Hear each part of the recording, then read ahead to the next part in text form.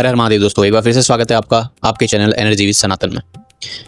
कभी कभार सदगुरु मौन से, अपने आचरण से हमें बहुत कुछ सिखाते हैं, परंतु हमें समझने की आवश्यकता होती है।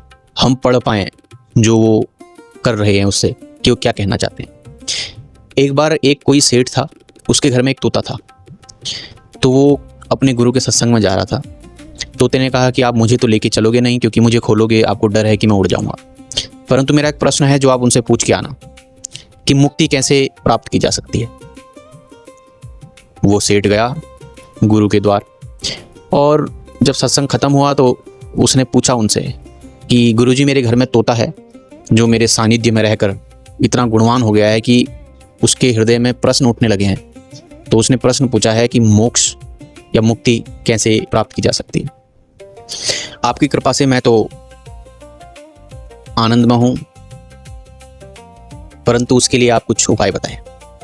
गुरुजी ने उसकी सारी बातें सुनी, और बातें सुनते ही वो बेहोश होकर गिर पड़े, और सांस उनकी रुक गई थोड़ी देर के लिए। उसने देखा और वो बहुत दुखी हृदय से वापस घर आ गया। तोते ने जैसे देखा कि सेठ जी वापस आ गए, तो उसने बोला, सेठ जी राम राम, आपने मेरे प्रश्न का कुछ उत्तर पूछा। तो सेठ जी ने बहुत रोते हुए और दुखी मन से कहा कि जैसे ही मैंने ये प्रश्न पूछा वो तो चले गए, मूर्छित होकर गिर पड़े, और उनका जो है स्वर्ग लोक गमन हो गया। तोते ने जैसे ये सुना, तोता भी अचेत होकर गिर पड़ा। सेठ जी ने देखा कि तोता गिर गया। उन्होंने पिंजरा खोला उसको चेक करने के लिए क्या हुआ। जैसे ही पिंजरा खोला, तोता मुक्त हो गया, तोता उड़ गया।